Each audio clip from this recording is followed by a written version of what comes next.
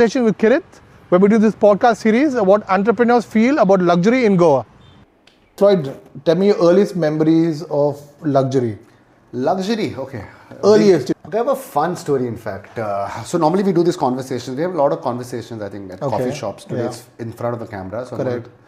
Keep our conversations as we usually have on a cappuccino, right? We don't have a cappuccino today, but have a fun story. I think I was 5 years or 6 years, and that's the most vivid memory I have of what is luxury, because I didn't get it, right? So a family of like all of us had gone and stayed at the Taj Colaba, and I was really small, and then we were a couple of cousins, three, four of us had gone to Taj Colaba. Families had taken us, and when we reached there, I slept off, and all of them went to swim in the pool.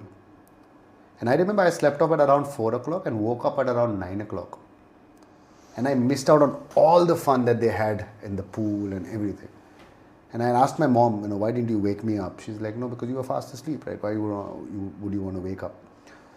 So that I remember how I missed out on the fun of actually swimming in the Taj Colaba. And I was 5 years old. It was the first time we'd gone to the Taj in Bombay.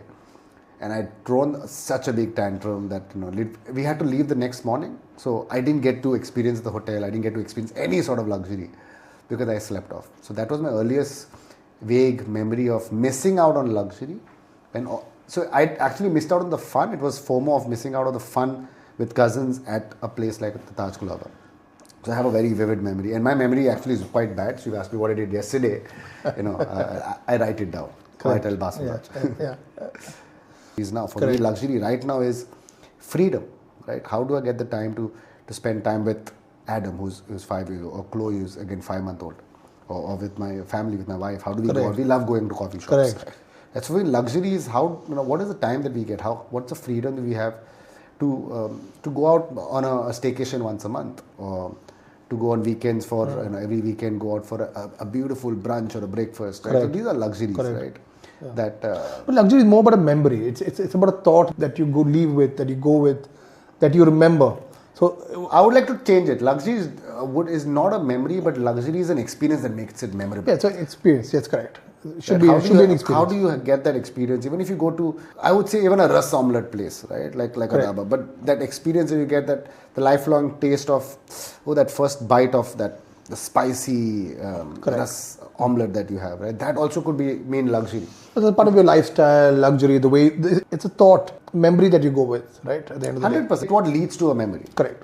Right? We've always been taught that luxury is material to have things. fancy stuff, materialistic stuff. Yeah. But that materialistic stuff in life, whatever you want, you don't want a Ferrari, you don't want a Lamborghini, you don't want a jet. You want the feeling associated with when you buy that Ferrari or when you buy that Lamborghini. It's that moment. Yeah, it's a feeling. It's a feeling of that moment that when you first get into something, when you first, like you get into a new car, right? When I got my car, I said, "Oh wow, what a smell in the car! The smell of pure leather, the seats, everything new." Is that minute of luxury that you take back with you? The thought. Luxury is a feeling, correct?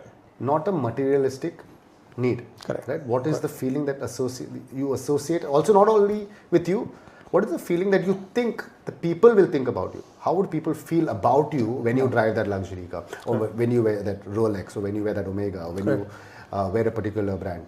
If you see a lot of the billionaires and the millionaires are moving into something called as minimalistic luxury, silent luxury, no brand luxury. So they'll be wearing a $1,000 t-shirt or a shirt with absolutely no brand name. Even in our homes, we do the same thing. We build homes that are minimalistic. Yeah, I remember seeing one of your, I think, Instagram reels when you say, Allamanda is all about the fine tropical living. It is. Right? Which means people buy into Goa, right? The feeling of Goa, the memory of Goa. Correct. Why do people come into Goa? To feel alive, right? And the ultimate luxury are experiences that take you back to your childhood. Correct, they do. Because to us as a child, right, as kids, we never had a filter of unhappiness. Yes. Right? You could have fun just splashing up mud water. Correct. You could have fun running in the rain. Yeah. Right? So as adults, we have a lot of filters that come in. Oh no, what if I run in the rain? What if I do this? What if I get dirty? Then we have these filters that change what luxury is. Leap is a movement when entrepreneur gets the luxury of whatever they want. For example, L stands for you have to love what you do. Correct. If you hear a lot of entrepreneurs, hey, I want to retire at 45, I want to retire at 50. Why do you want to retire if you love doing what you do? Then you want to do it till your last breath. Right? E is energy, because energy attracts, right? You don't sell your product, you sell your energy. Correct. Right? And energy is contagious. You attract the right people. Energy is why, a business is all about energy. A stands for action, right? So all of us go into something called as analysis paralysis. Correct. Action is about business. There's no right or wrong. It's about taking a decision and making right. Taking action, default to action and making it right. Our schools have always taught us that there's a black and white answer. Correct. There's a right or wrong. But in business as an entrepreneur, there's no right or wrong. There's no right and wrong. It's a feeling. It's what you go with. Yeah. So you have to take the decision and then make it right. And correct. P is to produce your best self, your best work, and share it with the world. Because SMEs are the world's best kept secret. They have the best product. It's like you saying, I have the best villa, but keeping it to yourself and telling only your team. When people ask me the question, you must be so busy and so tired traveling between Mumbai and Goa and traveling abroad and doing your work, and I'm like, I love to do what I do. It's not difficult at all. And is this work or is this? I love what I do, so I don't feel tired. I'm energetic. I might be a little overweight for now, but I'm losing weight. But otherwise, it's all about energy. It's all about the right. It's surrounding you with the right people also, and also finding the right people to cater to. And once you do that, then it's a breeze. It's like it's not difficult at all.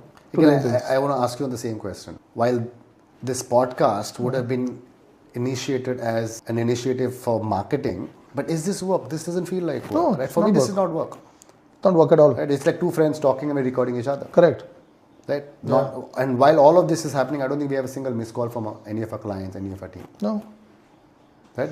Which means luxury for us right now is to have these conversations. Right? Because success is not one massive action. It's about daily relentless steps that you take. And how do you take you will only take daily relentless action if you love what you do. And if you love what you do, everything is a game. So luxury is doing what you like to do. Right? Playing the game. Correct. Right? Because as Simon Sinek said, it's the infinite game. If you love what you do, you're always playing the game. And if you love playing the game, no one else can match you in your game. We recently had a client who came to a Palen site. And, we said, we talk about luxury, we're building luxury homes. And he just stopped and he said, listen, I see something that I don't see anywhere else. It's the type of raft we put in. The thickness of the raft we put in, the type of cement and the type of steel we add. Right? He said, I don't see anybody. I've gone to so many developers and I don't see them doing this. Amazing. I don't see the type of roofs they put in, the type of overhangs they put in. The overhangs are less. So I felt very happy. So for me, that was like, I achieved luxury. I achieved luxury for that moment. Right? So that memory I go back with. For me, today, when I look at him or I think of home, I think of that client that spoke about it. I say, listen, this is luxury. Right? So I think these are the things that I think luxury is. When I first time I went in a business class when I was a kid. It was not the business class. It was the smell of sitting in a business class seat, and it had this big screen in front of me. I'm talking about years ago when I first went to Germany. I think in 1991, 92. Back then, even earlier. That's my first memory of luxury. So when you go back to your memory lane, and then you know what luxury for the first. Things of luxury. It's not the fancy cars. It's the memory that you go with. So I think everybody today and everybody listening to this podcast will have their own vision of luxury, what luxury is to them, right? We would love to hear what everybody's thoughts of luxury are, And luxury varies, right? So I heard this amazing line that luxury evolves. Right? It does evolve. You start off, when you start working, probably you'll go to work by bus. Then you'll evolve, you'll go by bike. Then you'll drive a car. And then you won't have a driver, right? So you'll go from not having a driver to having a driver to being on literally being on a jet. Correct. Right? So you go from driving to not driving. So luxury is not driving to not driving. Correct. Right? So it's a whole circle. It is a circle. Right? So, and that changes to everyone. The changes, luxury to a student is different. Correct. Luxury for a mother is different. Luxury for a mother is the smile of a newborn. Correct. I don't think the materialistic needs matter though. Each phase, each time, luxury matters. It's different. It's different stages of life, I think. And I think that's what you do well with your homes, right? What I've seen with Alamanda Homes is you're selling I won't say selling, but you are creating a lifestyle of Goa, which I don't see a lot of other developers doing, which is, and everyone's talking about the functionality. Everyone's talking about, come with me, I have bigger rooms, I have bigger that. 100 crore homes and 50 crore homes, and I think all that is, you should keep all that aside. If somebody likes your home, sit down with the client and see whether that client fits your home first. If the client fits your home, then sell the home to the client. I don't think we're developer. I think more a lifestyle brand, to be honest. We're creating lifestyles for people, right? One home at a time. That's how we build. We have always built that way, right? Whether it's our own plots, whether it's already a plot which is acquired by a client, we build for them. But we build a home for them. So we're very stuck in our ways. We tell clients that we don't think this is good for you. We think this is good for you. And a client understands why we're saying this. They relate that luxury to something of their past. They relate the luxury to something they've done. The type of flooring. Yeah, I saw that flooring in that restaurant. I loved it at that point of time. Okay. And the guy's telling his wife, listen, let's do this flooring. So it's bespoke. So yeah, it's like that. Correct. So it's that kind of mindset that people have to go with. I think most of the developers, not in Goa, but even around India, who are developing homes, should have a little bit more heart into it. I feel a lot of them have a little more heart, and luxury is, it's not what you put in a lobby. It's not what you put, where you put marble or what put gold or whatever you put in a home. It should be more of the simpler things, right? How you develop a home, how you build a home for that client, and that client can come home every day and say, "This, I've come home to my luxury. Come home to me, what I like." Yeah, right. What I like. So I love what you're doing. Keep doing it. I'm a big fan of your page as well. Thanks. Well, thank you very much for that. So it's Floyd. You coach a lot of people, right? So what kind of advice would you give to young entrepreneurs who are starting off in life? Boss, I don't give free advice. People have to pay me for advice. You heard that? Pay him. No, again, jokes aside, when you pay attention. Yeah. On a serious note, for anyone starting up, my biggest advice would be to find what you love, right? So if you love what you do, again, I'm not propagating the leap movement. You have to find what you love. I started off, after I did my MBA, I joined a digital marketing firm in Bombay that promised me that I would be doing digital marketing for Fortune 500 companies. But I was doing cut, copy, paste, Excel, analytics for world's probably top 2 retail chains. And I hated it. It was a cut, copy, paste. Right? So, and when I left that job, unfortunately, my dad was detected with cancer. So I had to move back to Goa. I got a topic about your dad. I'll bring it up. So when I had moved back to Goa, when I left that job, I went and spoke to my manager and I told him I'm moving back to Goa.